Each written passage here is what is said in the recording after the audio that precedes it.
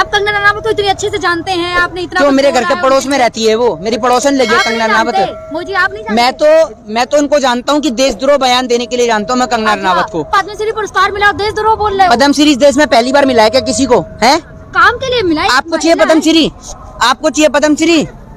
हाँ या ना बताओ। के लिए मिल? अरे आपको चाहिए पद्मश्री? चाहिए ना? तो आप कर जो काम कर रहे हैं ना भाजपा की दलाली का, वो बहुत तेजी से करिए। आपसे सवाल पूछो तो भाजपा तो आप करती नहीं है? आपने पूछा भाजपा की दलाली, आप करती नहीं है? आपसे पूछो तो भाजपा। अरे मैं क्या कह रहा हूँ, आपको भी चाहिए ना। अभी रिपब्लिक भारत वाले को मिलने वाला है थोड़े दिन में, देखिएगा। ठीक है ना, क्योंकि वो तो बहुत तेजी से करता है मोदी जी की दलाली। कौन? तो रिपब्लिक भारत वाला। अच्छा कौन? हाँ, अर्नब गोस्वामी और कौन है? अच्छा, आप एक पत्रकार के लिए ऐसे बात कर रहे हैं कि दलाली कर रहे हैं, पत्रकार के लिए बोल रहे हैं? हाँ, भारतीय जनता पार्टी के राज्यसभा सांसद सुभाष चंद्र वो भी यही करते हैं। अच्छा, जी न्यूज के मालिक हैं वो भी यही करते हैं। और आप क्या करते हैं? आप क्या करते हैं? हम मोदी जी का विरोध करते हैं क्योंकि मोदी जी गलत करते हैं। विरोध करने के लिए बने हैं ना? है केवल बीजेपी का विरोध करने के लिए बने? अब एक बात आप मुझे बताइए, अब बीजेपी सत्ता में, तो बीजेपी का विरोध ना करके किसका विरोध करूं? एक बार मुझे ऑप्शन दे दो कि आप इसका विरोध करो, इससे सवाल करो, बताइए किससे करूं? लेकिन इतना बीजेपी का विरोध क्यों? आपको कोई तकलीफ? रवि किशन ने एक मिनट, आपकी रिश्तेदारी है बीजेपी से कोई? तो आपको तकलीफ किस बात की है? इतना विरोध क्यों करते हैं? आपको तकलीफ किस बात की है? और भी तो है ना लोग, और भी लोगों का मुझे नहीं पता। आपको क्या बात की तकलीफ है, आप मुझे बताइए। मुझे तो लग रहा है आपको तकलीफ है। नहीं है, आपकी बातों से लग रहा है। यहाँ इतने सारे लोग खड़े, मुझे लग रहा है आपको तकलीफ है। नहीं है तकलीफ। तो तकलीफ नहीं है तो आप क्यों कह रही है कि आप बीजेपी का विरोध करते हैं? मोदी जी को विष्णु का अवतार बताया है। तो अगर रवि किशन ने विष्णु का अवतार बताया तो आप अपने घर में माँ लक्ष्मी बनाकर लेके जाइए और अपने घर में रखिए विष्णु को। विष्णु जी ने माँ लक्ष्मी को छोड़ा था, है? ये अपनी धर्मपत्नी को छोड़ चुके हैं। देश हित में आप अपने पिताजी से बोलिए अपनी माता जी को छोड़ देंगे। आपको देश से प्रेम नहीं है? अगर आपको देश से प्रेम है तो आप अपने पिताजी से कहिए। अब मोदी जी कहते हैं देश हित में, तो अब आप एक बात मुझे बताइए, आपको देश से प्रेम है या नहीं है ना? आपके पिताजी देश से प्रेम करते हैं नहीं करते हैं? तो आपके पिताजी ने आपकी माता जी को छोड़ा या नहीं छोड़ा? क्यों नहीं छोड़ा? क्यों छोड़े? वो तो पर्सनल लाइन है ना, मोदी जी की पर्सनल। अब पर्सनल लाइन है ना? हाँ, तो हमने तो आपने कहा कि पर्सनल लाइन है, हम तो कह रहे हैं कि पर्सनल लाइफ है। तो आपने कहा कि मोदी जी ने देश हित में छोड़ा है, तो आप ये क्यों कहते हैं कि देश हित में अपनी घरवाली को छोड़ा है? मोदी जी खुद कहते हैं, बात हम नहीं कहते, मोदी जी खुद कहते हैं। अरे भैया, देश हित में नहीं छोड़ा उन्होंने, देश हित में कुछ नहीं छोड़ा। अरे मोदी जी ने देश हित में कुछ नहीं छोड़ा है। आप तो हर चीज में मोदी जी को देश हित में बता देते हैं। अगर उन्हें ये जो 600 से ज्यादा किसानों की जो जान ली है, ये भी देश हित में ली है क्या? है वो इसलिए लिए क्योंकि हमारी सरकार की औकात नहीं है। मैं कहता हूँ हमारे देश के 56 इंच वाले प्रधानमंत्री की औकात नहीं कि वो चाइना पे जाके हमला करे। हमारे 56 इंच वाले प्रधानमंत्री की औकात नहीं कि अमेरिका से टक्कर ले, पाकिस्तान से ले। तो इसलिए वो हमारे ही मुल्क के नागरिकों के ऊपर लाठी और डंडे चलवाता है। मोदी जी तपस्वी है, तपस्या में क्या कमी रह गई थी? कौन सी तपस्वी है बताइए? किसानों के लिए वो तपस्या कर रहे थे। अरे भैया, वो पता नहीं कौन सी गुफा में जहाँ मर्जी जाके बैठ जाते हैं, उनको खुद पता नहीं है मोदी जी का। और आपको एक बात बता दूं, मोदी जी किसानों को पिटवाते हैं तो सिर्फ इसलिए कि हमारी सरकार की औकात नहीं है कि वो चाइना पे अटैक करे। वरना आप ये देख लीजिए, नेपाल जो विश्व का सबसे गरीब देश है, वो हमारे देश की भूमि को कैप्चर करता है, लेकिन हमारे प्रधानमंत्री के मुंह से आवाज ही नहीं निकलती, क्योंकि सत्ता की दलाली का जो फेविकॉल है ना, वो गले में जम चुका है। समझ रहे हैं? फेविकॉल मरीन का मजबूत जोड़ जो पानी में भी नहीं टूटता, वो इनके गले में जम चुका है। मोदी जी ने कहा मुझे पावर नहीं चाहिए, मैं सेवा कर रहा हूँ। अरे तो सेवा करनी है तो अपनी माता जी की सेवा करो ना। अपनी बूढ़ी माँ को लाइन में लगा दिया, आप सेवा करोगे? है अगर आपको इतना ही सेवा करने का शौक है तो आप अपनी माता जी की करिए। क्या इतने बड़े पीएम कार्यालय में उनकी माता जी के लिए कमरा नहीं है? जो आदमी अपनी माँ को अपने साथ नहीं रख रहा, वो सेवा करेगा? सुनिए, खाना खाते हैं रोज, डेली साथ में खाना खाते हैं, डेली साथ में खाते हैं। अब प्रधानमंत्री जी अपनी माता जी से मिलने जाते हैं ना, तो 10 कैमरामैन साथ में लेके जाते हैं और देखते हैं इधर से फोटो सही आ रही है या इधर से फोटो सही आ रही है। प्रधानमंत्री इतना तो बनता है ना, कैमरामैन तो उनके आगे पीछे घूमेंगे ना। अरे तो प्रधानमंत्री जी हैं, एक बात है, प्रधानमंत्री जी की अकेले जी की माता जी की है, राष्ट्रपति भी हैं, ठीक है ना, और भी नेता। और अरे सुन तो लीजिए, सुनेंगे आप? अरे सुन तो लीजिए, और भी लोग हैं जिनकी माता जी हैं। तो देश के प्रधानमंत्री महोदय के अलावा और कोई तो अपनी माता जी के साथ फोटो शूट नहीं करवाता? क्यों नहीं करवाता भाई? प्रधानमंत्री जी हैं तो कैमरामैन तो उनके साथ घूमेगा ना, तो फोटो तो खींचेंगे। अरे तो प्रधानमंत्री के साथ ही कैमरा घूमेगा? वो तो पर्सनल लाइफ है उनकी, आप उनकी पर्सनल लाइफ पे इतना इंटरेस्ट। तो पर्सनल लाइफ, अगर पर्सनल लाइफ है तो पर्सनल लाइफ को पर्सनल नहीं तो पर्सनल में कहाँ कमी रह गई? क्या? कौन सी तपस्या में? कौन सी तपस्या में? तपस्या उन्होंने यही करी थी कि 650 किसानों को मौत के घाट उतरवा दें। यही तपस्या कर रहे थे वहाँ जाकर। जिस व्यक्ति को ये नहीं पता कि परिक्रमा लगाते में जूते पहने जाते हैं या खाली नंगे पैर चला जाता है, वो आदमी तपस्या करेगा? हैं? वो आदमी तपस्या करेगा? चलिए, मैं मोहित शर्मा का बायकॉट करता हूँ मोदी जी के खिलाफ। हाँ बिल्कुल बिल्कुल जी।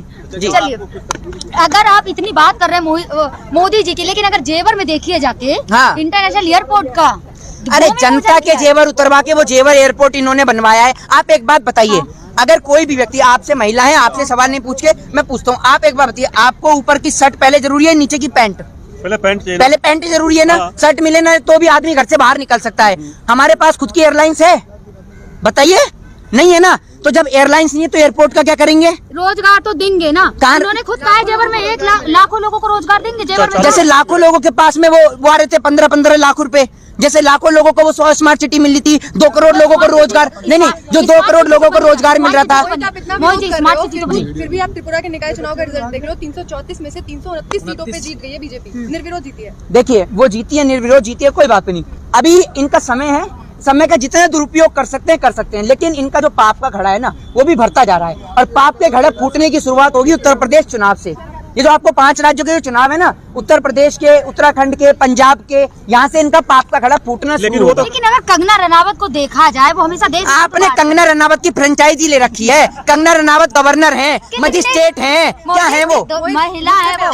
तो महिलाएं तो अकेली कंगना रनावत महिलाएं हैं, और कोई महिला नहीं है देश में। देश में पहली महिला पैदा हुई है कंगना रनावत, और कोई महिला नहीं है। मूवी दी है आपने, मूवी नहीं देखी कंगना रनावत की? आप मूवी नहीं देखते कंगना? जितना आदमी कपड़े नहीं बदलता उससे ज्यादा तो ये लोग आदमी बदल देते हैं। आप देखिए हिटो चाहे सुपर हिटो है। कहना क्या चाहते हैं? अरे जो मैं कहना चाहता हूँ वो पूरा देश समझिए, आप नहीं समझेंगे क्योंकि आप मोदी जी के कानों से सुनते हैं। आप भी बाबा रामदेव के, वो 2.25 आंख वाला रामदेव है ना, उसकी जो कान में डालने की दवा वो अपने कान में डाली है, ठीक है ना, फिर आपको ठीक लगेगा। बाबा रामदेव भी तो नजर नहीं आ रहे ना आजकल कहीं। उनकी आंख में डालने की दवा खत्म हो गई होगी, जो आंख में डालने की आई ड्रॉप है। आप जाल के लगा के लेके आइए, बुलाकर उन्हें अभी देंगे, फिर उठ पुटंग बयान कोई ना कोई, और आप उनको लैम्पलाइट में लेके आइएगा। हाँ है, लेकिन प्रोडक्ट तो यूज करते हैं ना पतंजलि के। कौन से? तो मतलब पतंजलि का आप प्रोडक्ट यूज करें तो आप स्वदेशी हो गए, कहते हैं ना बाबा रामदेव। पतंजलि से तो बाबा रामदेव की जेब में पैसा आ रहा है। अगर आपको स्वदेशी यूज ही करना है तो आप देश के किसान से डायरेक्ट खरीदिए अनाज, क्यों नहीं खरीदते? आपने अभी कभी आपने अपना ये मार्ट को छोड़कर मॉल को, सुनिए, किसानों से डायरेक्ट खरीदिए। सरकार जो कानून बना रही थी उसमें भी तो ये था डायरेक्ट खरीदिए। मेरे कहने का मतलब आप सुनेंगी, डायरेक्ट का मतलब ये नहीं है कि किसान, आपको पता है किसान का गेहूं कितने रुपए किलो बिकता है? पता है आपको? टमाटर कितने रुपए किलो बिकता है? आपको आलू जो है वो फ्रेश आलू जो है वो जहाँ से आप मार्ट से खरीदती हैं, ठीक है ना, मार्ट में आपको आलू मिलेगा 20 रुपए किलो, 30 रुपए किलो, 50 रुपए किलो। इस किसान को आलू 2 रुपए किलो ही खरीदा जाता है, कभी इससे ऊपर नहीं खरीदा जाता। यही कारण है कि इसको आत्महत्या करनी पड़ती है। और आपको एक बात बता दूं, नरेंद्र मोदी अगर सत्ता में है तो उसका सबसे बड़ा कारण पता है क्या है? उसका सबसे बड़ा कारण है ये जो आपके लगे हुए चाटुकारिता के माइक है ना, ये सबसे बड़ा कारण है। चलिए लास्ट सवाल पूछती हूँ। मोदी जी भी नहीं जानते होंगे कि उनके कितने फायदे, लेकिन जितने आप गिना देते हैं। लास्ट सवाल पूछती हूँ, सत्ता में 2022 के चुनाव में कौन सी पार्टी आ सकती है? आप इतना विरोध करते हैं बीजेपी। आपको तो तकलीफ हो जाएगी, मैंने मना कर दिया कि मोदी जी तो आएंगे नहीं। आपको दर्द हो गया होगा जिस तरीके से एक पिता के सामने उसके बेटे की बुराई कर दी जाए ना, या बेटे के सामने उसके पिता की बुराई कर दी जाए तो बेटे को तकलीफ हो जाती है। ठीक उसी प्रकार देश के चाटुकार पत्रकारों के सामने अगर नरेंद्र मोदी जी की बुराई कर दी जाए या सत्ता से सवाल कर लिए जाएं तो पत्रकारों को इतनी तकलीफ और मृत्यु हो जाती है, पता नहीं क्या। पेपर लीक पे बताओ, पेपर लीक पे गलतियां तो नहीं हो सकती, पेपर लीक पे बताओ। 4 कमियां हैं, 4 अच्छाइयां भी होंगी। अगर हम अच्छाइयां गिनवा देते तो आपको क्यों? आप एक बार आप अच्छाइयां गिनाइए। आज आप इधर आ जाइए, आप थोड़ा सा चाचा इधर आ जाइए, आप आ जाइए, आप अच्छाइयां गिनाइए सामने। आप 4 अच्छाइयां गिनाइए, गिनाइए 4 अच्छाइयां। वही आपसे सवाल कर रही थी कि अरे आप मेरे से सवाल नहीं पूछना। 9 करोड़ उत्तर प्रदेश में गरीब है नीति आयोग की रिपोर्ट के मुताबिक, लेकिन 15 करोड़ गरीबों को मोदी जी राशन, योगी जी राशन दे रहे हैं। ये कहाँ से आ रहा है आपके पास आंकड़ा? नीति आयोग में दिया है। नहीं, आप एक बात मुझे बताइए, नीति आयोग को चलाता कौन है? प्रधानमंत्री की। देश की गवर्नमेंट चलाती है ना। गवर्नमेंट किसकी है इस टाइम पे? मोदी जी की। तो एक बात आप मुझे बताइए, आप इस चैनल में काम करती हैं, आपके चैनल का नाम है बहुजन टीवी। आप बताएंगी कि आपके चैनल की क्या खामियां हैं? बताएंगी आप किसी को? नहीं बताएंगी ना, क्योंकि अगर आप बताएंगी तो आपको बाहर कर दिया जाएगा। सुनिए, यही आज देश की स्थिति है। यही आज देश की स्थिति है कि सब कुछ पॉलिश करके आपको दिखाया जाता है कि सब कुछ देश में अच्छा है, जबकि कुछ भी अच्छा नहीं है। जो देश की सरकार एक पेपर लीक को नहीं संभाल सकती, जो देश की सरकार एक पेपर नहीं संभाल सकती, वो देश की सरकार देश को संभालेगी। पेपर लीक तो पहले भी होता है ना, पेपर लीक पहले भी होते थे। आपने अरेस्ट करके क्या कर लिया? वो बच्चे जो रेलवे स्टेशन के बाहर सो रहे थे, जिन्होंने एग्जाम दिया, पेपर दिया, उनके लिए आप क्या कहेंगे? बताइए, उनका क्या हुआ? राजस्थान में भी शिक्षक भर्ती के लिए लोग बैठे हुए हैं सड़कों पे। बिल्कुल। अरे भाई, किसी की भी सरकार हो, राजस्थान की हो, छत्तीसगढ़ की हो, पंजाब की हो, या कहीं की भी सरकार हो, सत्ता से सवाल होने चाहिए भाई। अगर सत्ता से सवाल नहीं होंगे तो इस देश का नौजवान तो बिना नौकरी के लिए, अब प्रधानमंत्री जी की खुद की डिग्री का था पता नहीं है, तो मुझे लगता है नौजवानों को भी डिग्री नहीं लेने देंगे वो। हाँ, रोहित शर्मा जी, किसान आंदोलन का जो किसी कारण वापस हो गया है जी, मिशन यहाँ पर खत्म नहीं होगा। देश के किसान के ऊपर जो अवैध मुकदमे जो दर्ज किए गए थे वो मुकदमे जब तक वापस नहीं होंगे, जो किसानों को जो शहीद का दर्जा नहीं मिलेगा, उन्हें मुआवजा नहीं मिलेगा, कोई किसान अपना घर छोड़ के यहाँ से जाने वाला नहीं है। ये इनका घर है किसान का, और यहाँ पर न जाने कितने लोग अपना पेट भरने का यहाँ काम करते हैं। और ये आंदोलन जब तक खत्म नहीं होगा, जब तक MSP की गारंटी भी नहीं होगी। जय हिंद, जय भारत, वंदे मातरम।